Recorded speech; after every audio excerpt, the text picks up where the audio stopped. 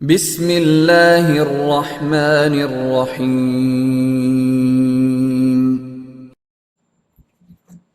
السلام علیکم ورحمۃ اللہ وبرکاتہ۔ ان الحمد للہ نحمده ونستعینه ونستغفره ونستهدیه والصلاة والسلام علی سید المرسلین محمد وآلہ وصحبہ اجمعین، اما بعد۔ حاضرین و ناظرین، یہ درس قرآن نمبر 156 ہے اور آج سورۃ البقرہ کی آیت نمبر 196 کے دوسرے حصے کی تفسیر اور تلاوت ہوگی۔ اعوذ باللہ من الشیطان الرجیم، بسم اللہ الرحمن الرحیم۔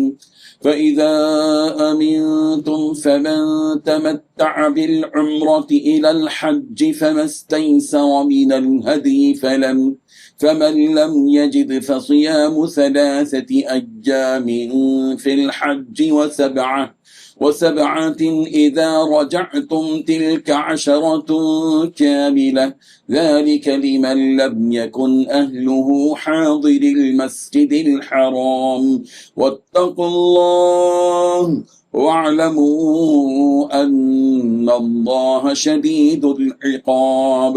صدق اللہ العظیم۔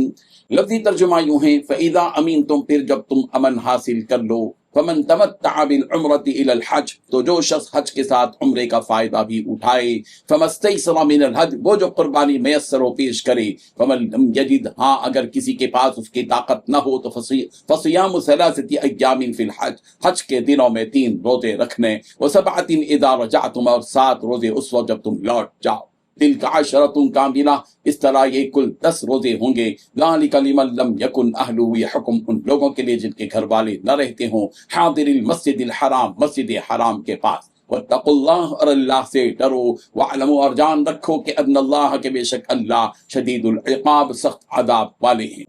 ترجمہ یوں ہے، پھر جب تم امن حاصل کر لو تو جو شخص حج کے ساتھ عمرے کا فائدہ بھی اٹھائے، وہ جو قربانی میسر و اللہ کے حضور پیش کرے، ہاں اگر کسی کے پاس اس کی طاقت نہ ہو تو وہ حج کے دنوں میں 3 روزے رکھے اور 7 روزے اس وقت جب تم گھروں کو لوٹ جاؤ، اس طرح یہ کل 10 روزے ہوں گے۔ یہ حکم ان لوگوں کے لیے ہے جن کے گھر والے مسجد حرام کے پاس نہ رہتے ہوں، اور اللہ سے ڈرتے رہو اور جان رکھو کہ اللہ کا عذاب بڑا سخت ہے۔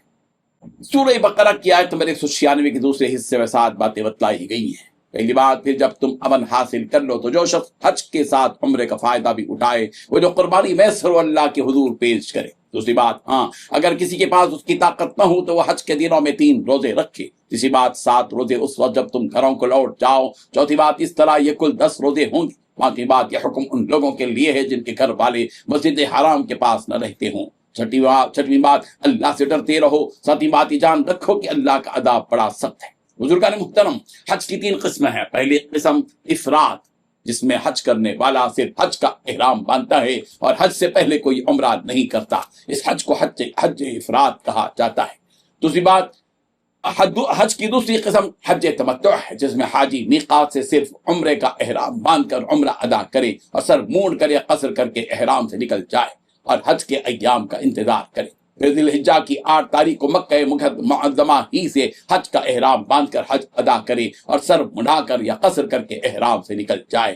اس حج کو حج تمتع کہتے ہیں۔ تمتع کے معنی فائدہ اٹھانا، چونکہ اس صورت میں حاجی عمرے کے بعد حلال ہو کر فائدہ اٹھاتا ہے پھر حج کرتا ہے، اس لیے اس حج کو حج تمتع کہتے ہیں۔ اور تیسرا حج کی تیسری صورت حج قران ہے، جس میں حاجی میقات سے حج اور عمرہ دونوں کا ایک ہی وقت احرام باندھتا ہے اور عمرہ ادا کرتا ہے اور قصر یا سر مونڈے بغیر ہی اسی احرام سے حج کے ایام میں حج بھی کرتا ہے، تو اس کو حج قران کہتے ہیں۔ قران کے معنی ملانے کے، چونکہ حاجی نے یہاں حج اور عمرہ دونوں کو ملایا ہے اس لیے اس کو حج قران کہا جاتا ہے۔ اس آیت میں رب ذوالجلال نے حج تمتع یا حج قران کرنے والوں کے لیے قربانی کی استطاعت نہ رکھنے کی صورت میں یہ گنجائش دی ہے کہ وہ قربانی کے بدلے 10 روزے رکھ سکتا ہے، جن میں سے 3 روزے عرفے کے دن تک پورے ہو جانے چاہیے اور 7 روزے حج سے فارغ ہونے کے بعد رکھنے ہوں گے۔ اور ایک بات یہاں یہ بھی بتائی گئی کہ حج تمتع صرف ان لوگوں کے لیے جائز ہے جو باہر سے حج کے لیے آئے ہوں۔ جو لوگ حدود حرم میں ہوں وہ حج تمتع یا حج قران نہیں کر سکتے۔ رب ذوالجلال ہم سب کو ان آیات کو سمجھنے کی توفیق عطا فرمائے، آمین۔ وآخر دعوانا ان الحمد للہ رب العالمین۔